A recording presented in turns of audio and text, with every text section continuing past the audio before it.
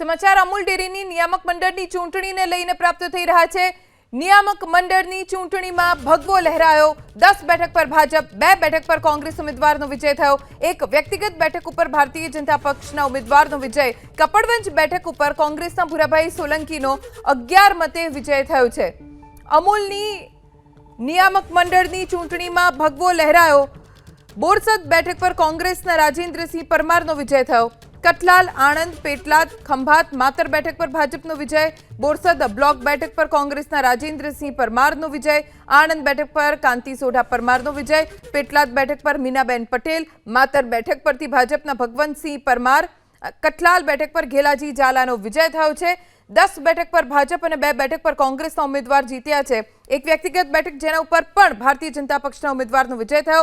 कपड़वंज बैठक पर कांग्रेसना भूराभाई सोलंकीनो 11 मते विजय थयो छे अने बोरसद बैठक उपर कांग्रेसना राजेन्द्रसिंह परमारनो विजय थयो छे।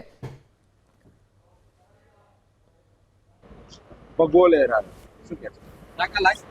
લહેરાવાના તો દેશમાં જે પ્રકારે નરેન્દ્રભાઈ મોદી સાહેબની કામગીરી, આપણા સહકાર મંત્રી અમિતભાઈ શાહ સાહેબનું માર્ગદર્શન, અમારા યશસ્વી પ્રધાનમંત્રીના માર્ગદર્શન હેઠળ કામ કરતા આપણા ભૂપેન્દ્રભાઈ અને અમારા માર્ગદર્શક સી આર પાટીલ સાહેબ, સૌના સકારાત્મક પ્રયત્નોથી દેશમાં જે વાતાવરણ બન્યું છે, પશુપાલકોની આવક બમણી કરવાની મોદી સાહેબની નેમ હતી, એ દિશામાં અમે સૌ કામ કરી રહ્યા છે અને મોદી સાહેબની નેમને સૌ પશુપાલકોએ વધાવી છે, એનો અમને ચોક્કસપણે આનંદ છે। તો અમૂલ ડેરીની નિયામક મંડળની ચૂંટણીમાં પરિણામ જાહેર થઈ ગયા છે અને ફરી એક વખત ભારતીય જનતા પાર્ટીના નિયામક મંડળની 13 સીટોમાંથી 11 સીટો ભારતીય જનતા પાર્ટીએ ખૂબ બહુમતીથી અંકે કરી છે। અમારી 2 જે સીટો ગઈ એ પણ ખૂબ નજીવા માર્જિનથી ગઈ છે, જેનું અમને દુઃખ છે। દેશના શ્રદ્ધેય વડાપ્રધાન નરેન્દ્રભાઈ મોદી સાહેબ, વૈશ્વિક લોકપ્રિય નેતા, જે પશુપાલકો અને ખેડૂતોના હિત માટે વિશ્વના તાકાતવાર દેશો સામે લડત આપી રહ્યા છે, તેની પર પશુપાલકોએ મોહર મારી છે। સહકાર મંત્રી, કેન્દ્રના ગૃહમંત્રી અમિતભાઈ શાહ સાહેબના સહકારથી સમૃદ્ધિના ઉદ્દેશ પર પશુપાલકોએ મોહર મારી છે। માત્ર ને માત્ર કેન્દ્ર સ્થાને પશુપાલકોનું હિત રાખનાર અમારા પ્રદેશ અધ્યક્ષ શ્રીમાન સી આર પાટીલ સાહેબના ઉદ્દેશ પર પશુપાલકોએ મોહર મારી છે। અમારા મુખ્યમંત્રી મૃદુને મક્કમ શ્રીમાન ભૂપેન્દ્રભાઈ પટેલના નેતૃત્વ પર પણ પશુપાલકોએ મોહર મારી છે। તદુપરાંત અમારા બંને મંત્રીશ્રીઓ જગદીશભાઈ, ઋષિકેશભાઈ ઉપરાંત બંને જિલ્લાના સાંસદશ્રી, ધારાસભ્યશ્રી, જિલ્લા અધ્યક્ષો અને ભાજપના બધા જ કાર્યકર્તાઓએ એક મત થઈને આ ચૂંટણીમાં ઝંપલાવ્યું, જેના કારણે 3થી લઈ અને 11 સુધી ભારતીય જનતા પાર્ટી પહોંચી છે। આવનારા દિવસોમાં જે 2 બ્લોકમાં અમારી સીટ આવી નથી, ત્યાં પણ અમે વિશેષ કામ કરી અને એની પર ધ્યાન કેન્દ્રિત કરીશું અને જ્યાં પશુપાલકોને એમણે ભ્રમિત કર્યા છે એ દૂર કરીશું। કુલ મળીને અમૂલની ઇમેજને નુકસાન કરવા માટે કોંગ્રેસે કામ કર્યું।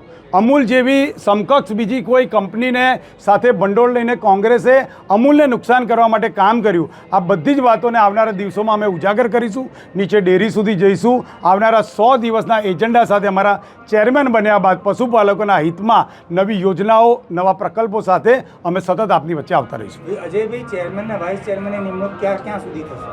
જેવું ગેઝેટ બહાર પડશે એટલું તરત કરશું। તમે જે કીધું કે સમકક્ષ કોઈ ડેરીનો સપોર્ટ આવનારા દિવસોમાં એનો પુરાવા સાથે ખુલાસો કરવાનો છે। પ્રાઇવેટ રાજ્ય બહારની છે।